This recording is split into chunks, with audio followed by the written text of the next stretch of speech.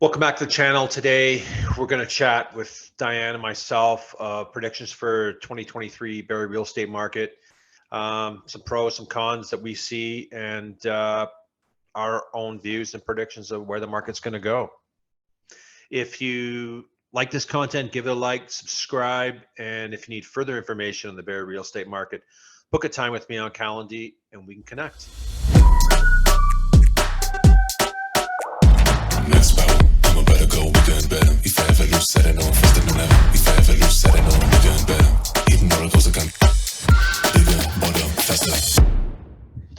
So I was looking on the internet and trying to see all these 2023 housing predictions. And everybody has a different prediction, eh? Like, Of course they do. BMO shoves one out there, TD shoves one out there, the Ontario Real Estate Association does. And they actually, this is a funny thing I found out today, they rate the predictions at the end of the year to see who was actually right, which means nobody knows, right? Wow, that's it. And no one's going to know, right? It's all prediction. And how many times have we seen things in the past of anything that we predict this and it doesn't happen, the total opposite happens? The bottom line that I'm concerned with is I really don't give a shit what the predictions are from BMO and Bank of Nova Scotia. My main concern is, what is that buyer consumer going to do? That's my main thing. Are they going to rush back into this market? I don't think rush is the appropriate word, but I think they're going to dabble their feet into it. And looking at the activity in December kind of makes me change my mindset a bit, going, wow, didn't see that coming. There was some activity in December. So new calendar year, 2022 is hard on a lot of people. You know, a lot of people were feared by the media, of course, out there about inflation and the market's going to tank 50, 60%. Don't do it. Rates up. So, you know, the market didn't do those things. We didn't see a big, gigantic sell-off. We've seen a sell-off in a sense of from the peak, but we go year over year numbers. We're not looking at peak numbers. And I think that consumer out there, buyers reading into it that, oh my God, they're down 50%. No, they're down 50%. Okay, listen, Mark, the numbers in January are going to look like they're down by huge amounts, because if you go year over year, okay, last January, February, March was the height. It was craziness. So now you're going to look at the prices this January and the prices last January, and the gap's going to look even bigger. It's going to be like the prices are down like 40, 50%. For the first quarter, I think you're right. January, February, March, we've seen the shift. So then we'll see, I think March, April will be the true indication of where we're going, because you're 100% right. We're going to be up against peak numbers and high performance numbers in the first quarter. And it's going to look horrifying. Like, it's going to look horrifying. Yeah, I've been saying this since like October, November, when they started releasing the numbers. Yep. I remember in 2021 selling what my listings were selling for, and we are still selling higher than that right now. They're still not as low, but when you look at the peak, and then now it looks horrifying. Correct. And we haven't even hit the highest peak of January, February, March yet. So the media is going to have a heyday. It's going to look terrible. Yeah, they are. They're going to have a heyday with it.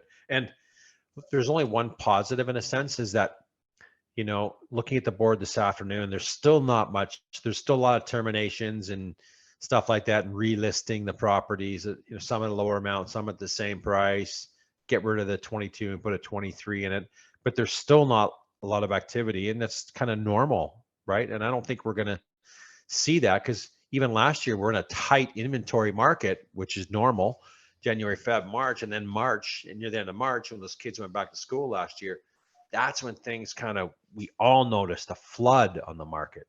You know, I've always said, and I talked to a client this afternoon before doing this, and, you know, and he's asking about when to list his house and stuff like that. And I said, you know, January, February, March are good months to do it. Not right now, but February, I find the first quarter of the months kind of gives the direction of where the market's headed to for the remaining 10 months, 9 months, in sense of pricing, right? Because we're going, oh, wow, that 2,000 square foot bungalow, got 995.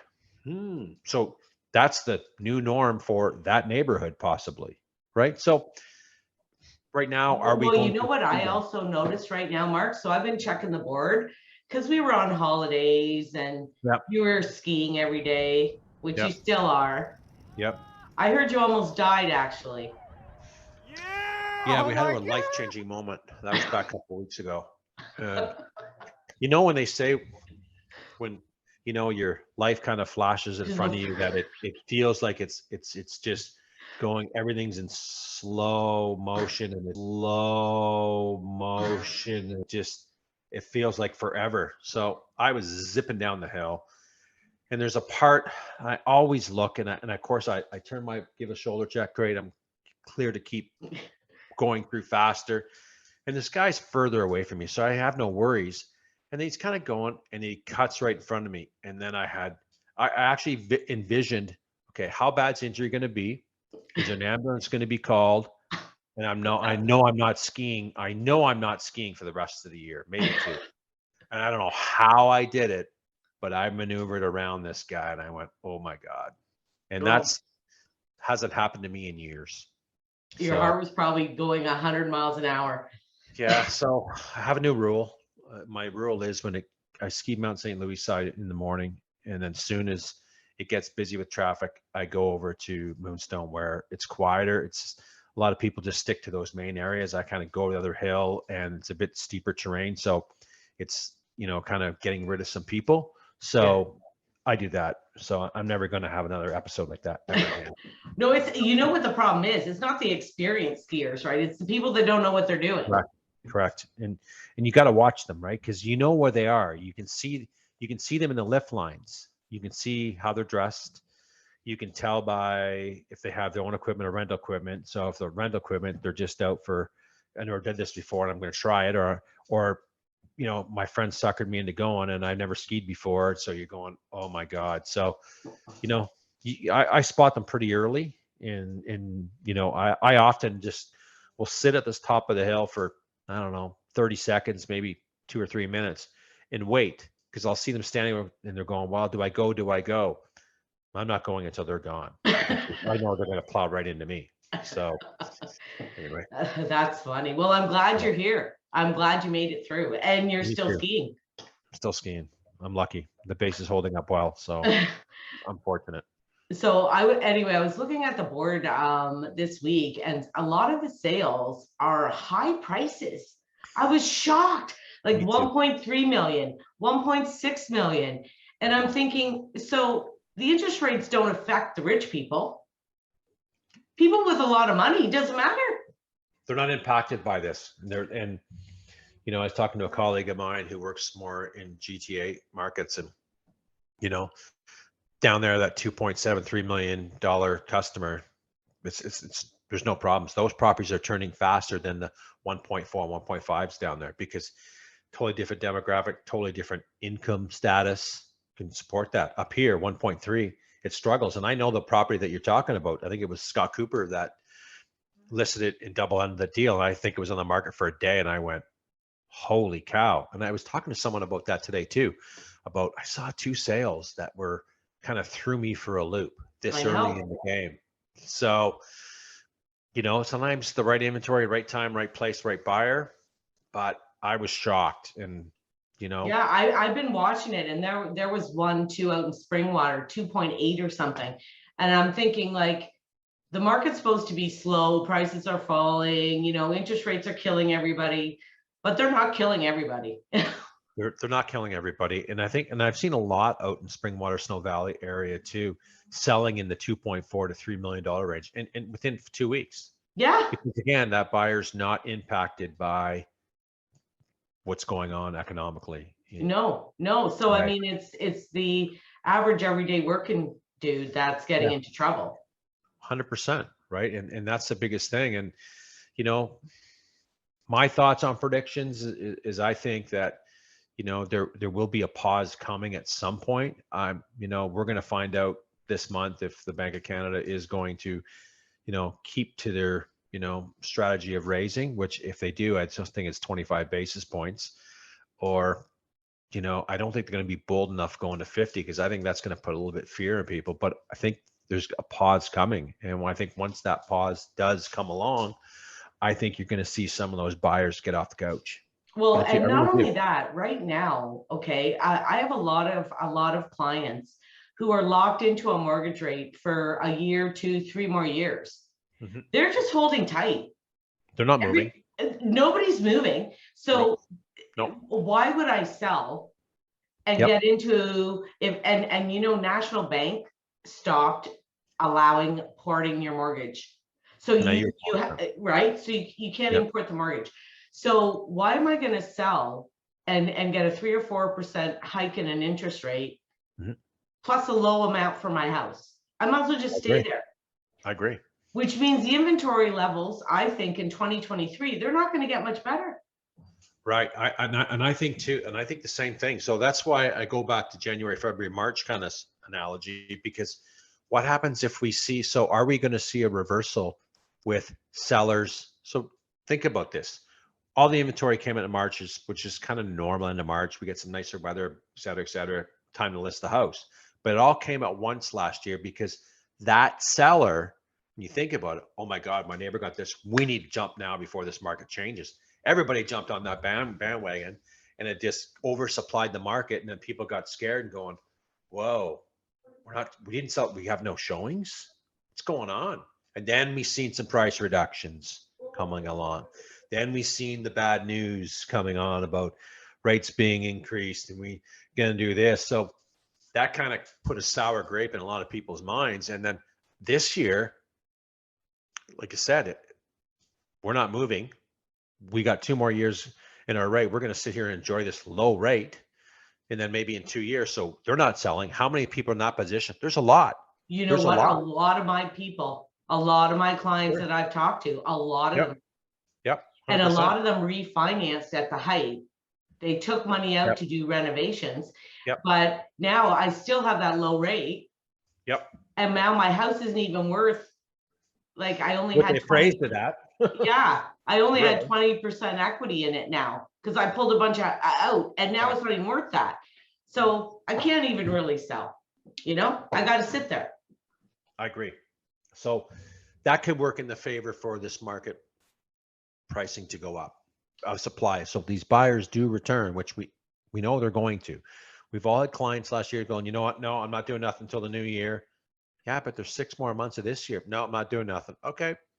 So they're coming back. I really believe they're coming back. And I was corresponding with a mortgage professional on my social media platform, and she made a comment. She said, because I was talking a little about December and quite surprised with the numbers that I've seen and the activity in the marketplace. She goes, we've had a ton of pre-approvals done with clients in December, a ton.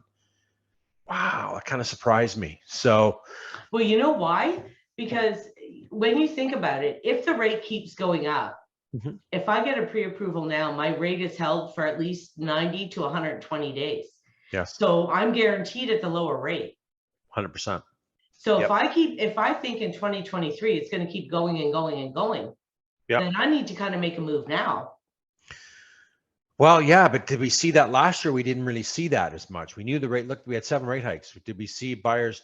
Did we see a little bit of a boost? No, not really. Where previous years, when we saw rates go up, a lot slower rates, we saw a little uptick in the market. We didn't see that last year. So, because people are still listening to the media. They're expecting a big crash still. My clients are still saying, well, in 2023, they're going to go down even more.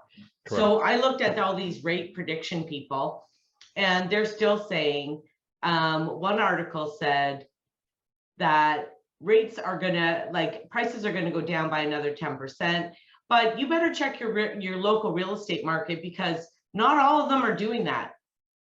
So the national average was brought down by Toronto and Vancouver because they went down like over 13%. Right. But other places didn't. No. Like, we're not all dropping and dropping and dropping the way the media is is portraying. And the problem with that is when you have a buyer, they expect that it's going to drop, and it has dropped, and it's going to keep dropping because they're listening to like national news, but we're all in our own little markets. It's Correct. not all the same. It's not in the big markets, but even though, like, you know, down south in GTA markets, and my colleague was telling me, yeah, things are selling over list. There's no product to sell. And what he told me, a funny thing too, is that down there, so it kind of starts, the push kind of starts now. And what I mean by that, he's saying okay, so I live in, I'm going to say Richmond Hill, and I want to go to this school zone. Well, the kids have to be registered in that school to be in the school zone in June. So they need to buy in January, Feb, and probably close May and June to get into that school the following year. Where I'm going, really? Where we don't really have that. And I found that kind of weird. So he said, I have a handful of buyers that have to buy before June, have to be in that school zone before June, and there's no product. So, and he's saying like some stuff is turning relatively good because of that reason. So what happens if that inventory doesn't come on? I think prices could are they going to skyrocket? No, I don't. I think those days are done. But you know, I think they're going to be at par, if not a little bit better, once we hit that March number in April, where we have true, you know, year over year pricing in a sense of similar conditions. But I think it's going to be a bit better now, but at least that will give us some ideas, right? And as you know, as we progressed last year, March, prices came in April, they kind of came down and then they kind of stabilized for a bit, right? Especially, you know, let's just call it the 9 and under price point, kind of stayed relatively stable, and it is still very stable. It's that higher price point, say $1 million to $1.3 million, whatever, you know, is that going to take another beating this year? I don't know. I mean, that's the one that seems even right now to take the most beating. The lower price ranges, like they took a drop, but like you said, like the last 3 months, they're still holding pretty steady. They're not plummeting. Right. And we can't forget, everybody's a fucking real estate agent too. Oh, everyone God. Comments on this is what's going on. They should be listening to professionals and not challenging professionals. Like if someone wants to sit down and look at data, call me up. I'm glad to share the data, what we see. But you know, they're listening. We know where that media, they're listening to media outlets, and they're listening to bad news articles that's telling everybody to do this. What does the Bank of Canada want everybody to do? They want everybody to stop spending. They don't want people buying houses. They don't want people spending money. Because that's helping the economy. Yeah. They're trying to slow down the economy. Well, and the Bank of Canada, that stupid Minister of Finance in 2020, you've posted videos on it, how the rates are going to stay low till 2024, and you can buy houses and don't you worry. And they were full of shit anyway. Like at the end of the day, nobody knows what anything's going to do. I looked this morning and I saw 5 different articles on 2023 predictions. Yep. They're all totally different. Everybody, exactly. And there is a lot, and that confuses a lot of people. But, you know, like, why don't they just go and talk to some real estate professionals in different marketplaces, in micro markets? Go to someone in Barrie, go to someone in Richmond Hill, go to someone in downtown Toronto, go to someone in Burlington, Mississauga, whatever. Get their insight. These are people that are working it for a living, that knows what's going on. I don't see any of them being broadcasted on any media outlets. They're all opinions by people sitting on the desk that they're not in the profession. But well, you know the other thing is, Mark, I've always said this since I got into real estate years and years ago. The average price is skewed because, say in Barrie, so there's not a lot of $2-3 million properties that sell. Let's be real. So if you get a month where 2 or 3 of them sell, your average sale price for the month is elevated huge. Correct. If you have all of a sudden a rush of condos at 400 selling, well, now your average is plummeting. Correct. So the average price, sale price, is also not necessarily an indication of what the market's doing. It just means Not there's more houses selling at a lower price, or there's more houses selling at a higher price. Like, correct. you can't just go by that.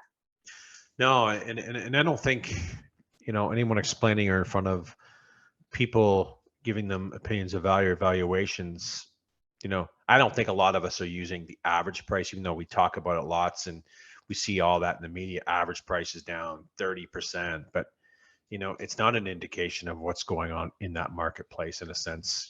There's, give it, break it down by, if you're going to give an average price, and break it down by property type.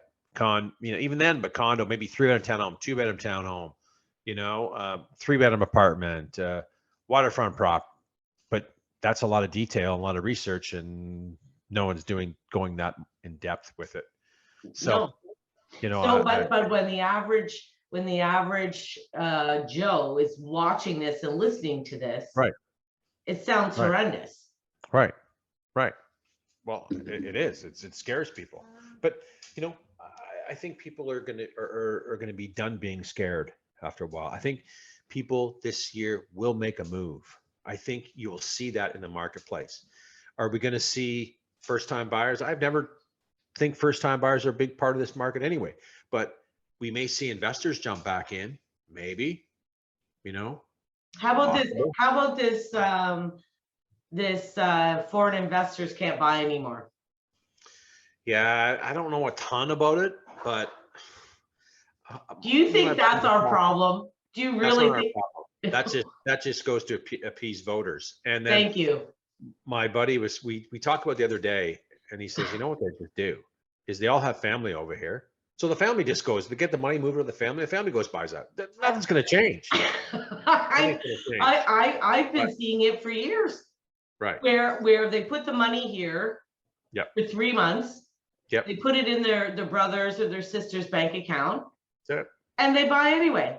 Like it no doesn't. One's checking on it. No one's checking on anything. No.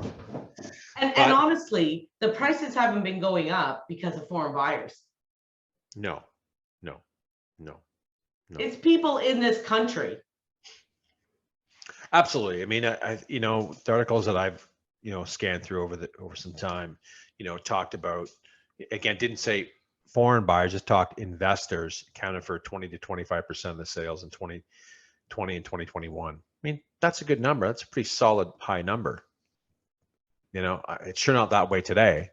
Count that, then let's just say it's 12%. But there's still people buying. I mean, there's still properties on sale.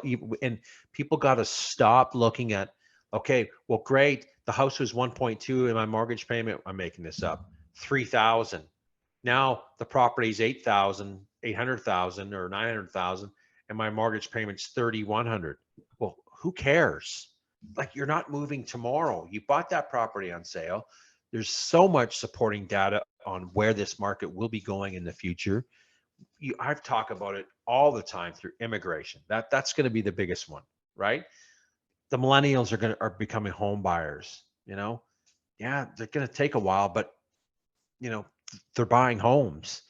You got an aging population that's going to be downsizing, so there's going to be activity in the marketplace. So there's always activity. I mean, people split up, people get divorced, people pass away. There's always movement. And if you look over time, real estate is like any other investment, like the stock market. It goes up and down and up and down. But it never goes down and stays down. It's always on an upward climb. So as long as you're going to hold something, or you over have time. It has to be over time. Right? Like, it's not fluctuations like a stock market, where a stock market goes down today, and real estate prices don't do that. It's a trajectory a little bit longer time, but people aren't moving every 6 months, 5, 10 years, some 15 or 20. So taking a long-term approach to a purchase is the right approach to take, and not get caught up in all the noise and think, oh God, my house is down. Okay. Are you selling? Oh no. Then what do you worry about? What do you worry about then? I talked to a guy today, and he was doing a new build, and he did it. I was talking to him. He's a neighbor of mine, and I ran into him a couple times in the fall and summertime, and how is it going there? Of course, he's a little nervous about, well, things kind of went down a little bit and contracts at this price and stuff like that. But you know, we talked today. We actually had a discussion on the phone. He's going, I really don't care. You know, it's a new home, and yeah, it's a contract price, but I'm not moving for 20 years. Then you have nothing to worry about. Yeah. That's the truth. You have nothing to worry about. Yeah, on paper right now, you're going to show that you overpaid. Are you moving next year? No. Are you moving 5? No. Maybe 20 when the kids are gone. Then you have nothing to worry about. And that's the Yeah. right way to take it as. Well, my Right. dad bought his first house, I think, I don't know when it was, in the 60s or something, for $30,000. Yeah. Like, Yeah. you know what I mean? Over time, you are never ever going to see things go back down to $30,000. The cost of building and construction is too high. Right. Correct.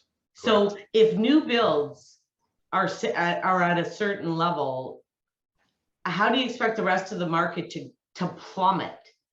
You know what I'm saying? They're creating a market value.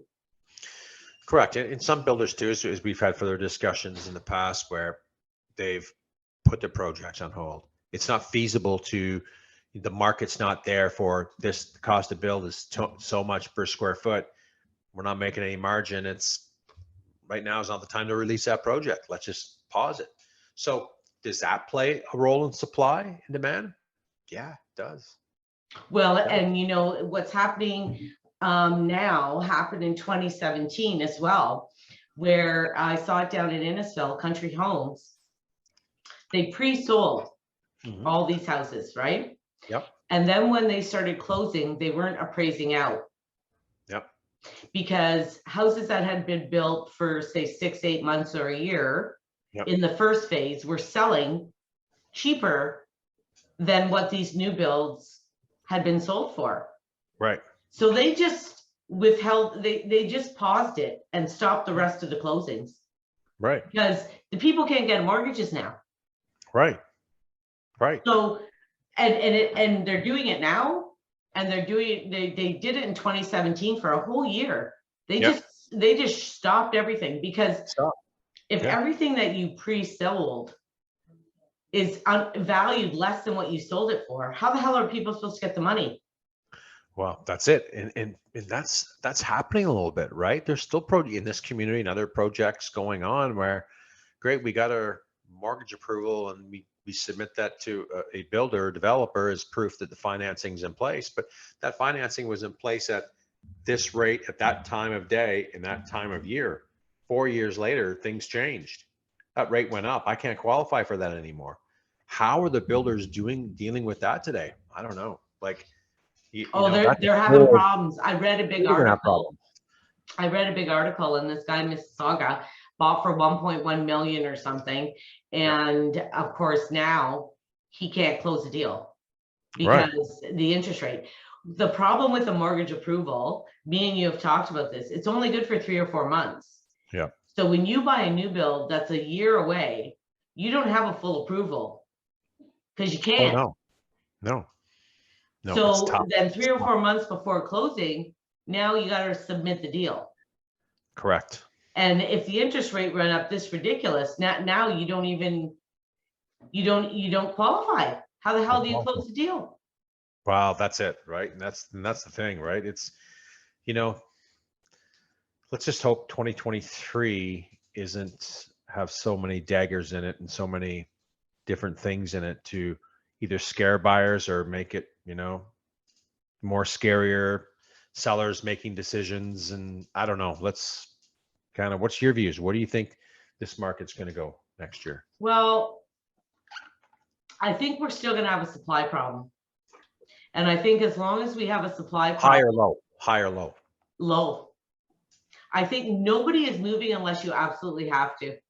Like in December, I never saw so many estate sales, because that's all that was coming up is people that, really had to sell. I'm not selling right now if I don't have to. So I don't see, especially in the first half of 2023, I don't see that changing. I think everybody's going to hold tight. Nobody knows what's going to happen, right? Yeah. And so inventory is going to be low. People that have pre-approval rates they're going to want to get in the market. So I think it's going to hold pretty steady. I don't think we're going to see a huge influx. I don't think so either. I don't think on the supply side, I don't think we're going to see that. I think there's going to be some people that, will be forced to trade up due to, new additions to the family. I think that's going to be a big one, right? That's going to take place. You know, maybe we're going to downsize, or, me and my parents are going to Moving trade up, together. move You in see a lot together. of, We yeah, may see that a lot, right? Where, they sold their home and now they're going to help the younger, their kids get into a home, and they're going to take the upstairs or downstairs or whatever and possibly buy it together to give their, loved ones a little boost to get into the marketplace. Will we see, it's not uncommon where, we're seeing more and more, elderly people giving their inheritance to their kids earlier. They're in their 80s. Why not? Why not we, they're getting everything now, and maybe we're going in 5, they got 10 years left to live. Why don't we set them up now? well, you don't have the inheritance tax either. Like when my father passed, there's an inheritance tax, right? If I Right. just gift Yeah. it to you now, there isn't one. Correct. So how good is that to help out? So there could be lots of things, right? And a buddy of mine called me the other day, and we're talking, and his dad passed away and left him some money, and he's relatively well off, and he's going, and my daughter's 26. She needs to get a place, and she lives right in that city, living with her mom and stuff. And so he gave her a couple $100,000 to set her up. Here you go. This is going to help you go get your. She bought a condo. Yeah, she paid 6 for it, but she's right downtown. I mean, but thanks to dad for helping out and going here. She would be able to afford it on her own. Not even close. Well, So, and I think that you're going to see that, like I see that with the duplexes and stuff that we're selling. It wasn't investors buying it because they're not cash flowing with these interest rates. Investment properties aren't going to cash flow. So, but I saw most of the people that were buying them were families anyway. yeah. If there was 0 people living in there and there's no tenants, and Yeah, or no leases in place, then yeah, like, yeah, they're gonna sell. And you're seeing, even in my neighborhood, where I've seen the builder build 2-unit houses, all yeah, legalized, separate entrance, separate AC units, you name it, like everything's done up. They're big. That there's one family occupying the whole house in a sense, right? Meaning that relatives, yeah. right? Well, They're they not have to, right? right. They Yeah. have to, Yeah. because no kid can be on their own anymore. I mean, every parent I talk to say, my kid's never going to be able to afford a house. Oh, 100%. 100%. Yeah, that's that's a tough one, right? And you think about these kids, if they come out of school with debt today, they got 50, 60, 70 grand in debt, so we got to start paying that back. So it doesn't surprise me when I'm seeing stuff the first time. The average age for first time buyers 36. It makes sense. Yeah, Time out of school, 25, 26, start paying down the, time you rent an apartment, buy a car, pay some debts off, and try to save for a down payment. Yeah, it makes sense. Yeah, it's 10 years. Like, yeah. that's a long Well, time. I know. And I mean, if you're single, it's 10 times worse. If you have a 100%. partner, right, Yep. where you're both making good money, Yep. it's not as bad. But as one person, Yep. Struggle. forget it. You can't do it. I think 2 people, yeah, can do it, making good incomes, but a single person today, out of school, university, making 100,000, yeah, it's out there, but I don't think there's tons of them. And what does 100,000 income get you today? Well, you know Qualify what? with debt. I was just gonna say, a couple of weeks ago, I was talking to my mortgage guy, and he had a client that was making 100 grand a year, and he wanted to buy a $500,000 condo, and he couldn't. No. And he No. had 20% down. Yeah. I know. Couldn't get approved. I know. And, I think the feds are meeting again sometime this month, because they met last month about talking about getting rid of this stress test. Something has to be done with that, right? that's another big barrier for people to get into the market, right?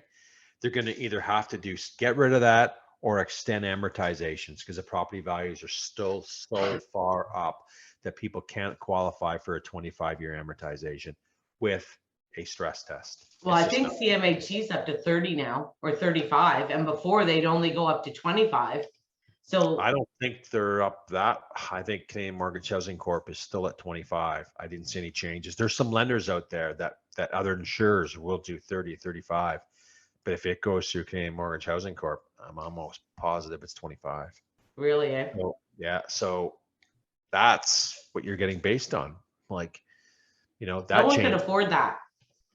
No one can afford that. That's the Like problem. if you can make 100 grand a year, which is a good salary, let's be real. 100 grand is a lot. Like the average person doesn't make that. No.